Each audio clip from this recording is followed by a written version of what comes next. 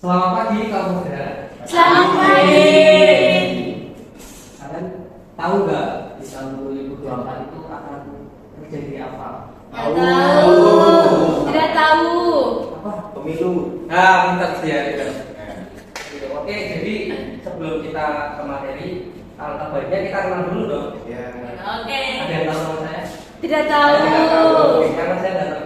Ya. Oke, jadi perkenalkan nama saya Akbil Adi Wicaksono.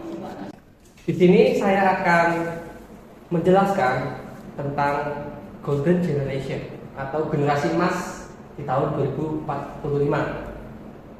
Nah, Anda sekalian ini adalah calon-calon dan cikal bakal dari generasi emas yang mana akan mengembangkan Indonesia di saat usia Indonesia 100 tahun setelah merdeka.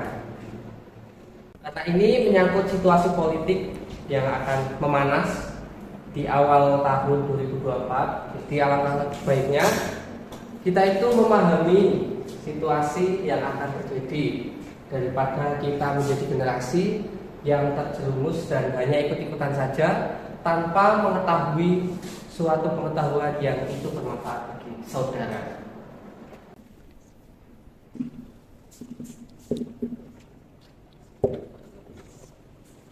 Tata cara orang kritis. Nah, tentu sebagai orang muda harapan negara Indonesia itu menjadi sangat besar karena kita juga akan menjadi orang-orang yang berperan penting di dalam mengatur sebuah kenegaraan. Jadi perlu adanya pemikiran yang kritis dan kontekstual yang mendalam terhadap segala sesuatu pertimbangan yang mungkin terjadi di dalam dunia politik. Jadi orang yang berpikir kritis itu mampu menyeimbangkan, mampu membandingkan, mampu menelaah dan mampu mengevaluasi segala tindakan atau perbuatan atau mungkin itu yang akan terjadi ke depan. Dan orang kritis, tentu kita akan menjadi orang kritis yang bijak, bukan orang kritis yang malah memanfaatkan. Orang kritis bijak itu mempertimbangkan segala aspek untuk kepentingan umum, bukan untuk kepentingan pribadi. Contohnya, ada yang tahu nggak orang yang berpikir kritis tapi untuk kepentingan umum? Di sini ada yang tahu? Siapa? Yang tahu? Tidak tahu. Tidak tahu. Ya. Ada yang mau jawab? Oke. Berarti saudara-saudara sekalian di sini atau saudari yang duduk di sini tepat ketemu dengan saya karena saya akan memaparkan suatu pemikiran kritis yang bijaksana.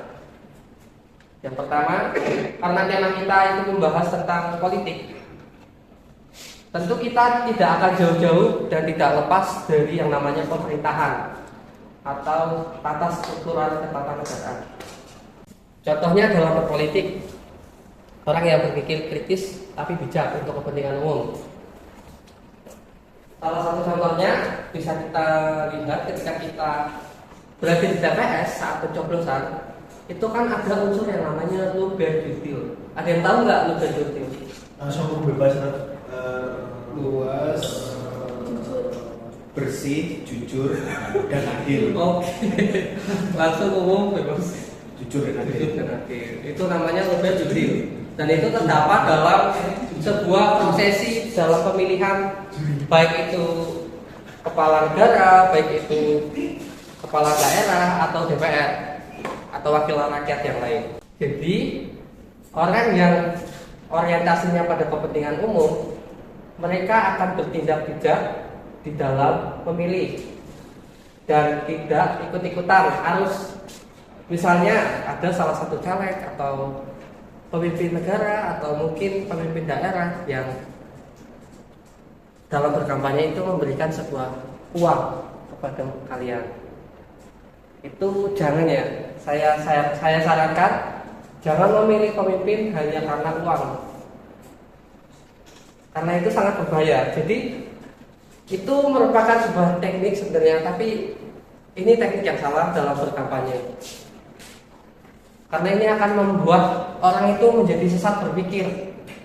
Hanya karena uang 100, 200 atau 50 ribu, orang itu akan memilih orang yang dicalonkan sebagai kepala negara atau kepala daerah. Dan kasus itu memang banyak di sekitar kita.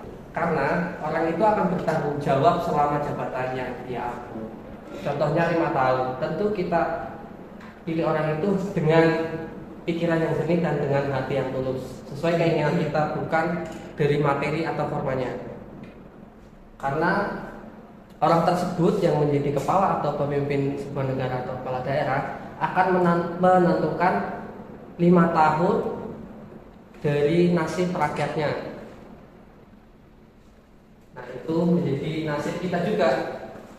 Kita juga tentu nggak mau memilih pemimpin yang nanti orientasinya dia akan korupsi, kan itu juga merugikan kita sebagai warga negara.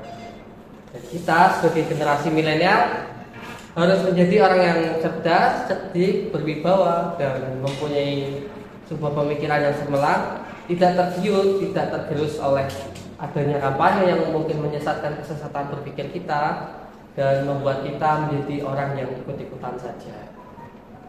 Jadi saya tegaskan kembali bahwa kita semua sebagai generasi emas pada masa yang akan datang, alangkah baiknya kita menyusun atau mempersiapkan diri kita sendiri sebelum kita mengkritik orang lain. Dan harapannya agar kita juga mampu terambil alih dalam bagian menjadi suatu sistemnya. Ada yang ingin jadi presiden?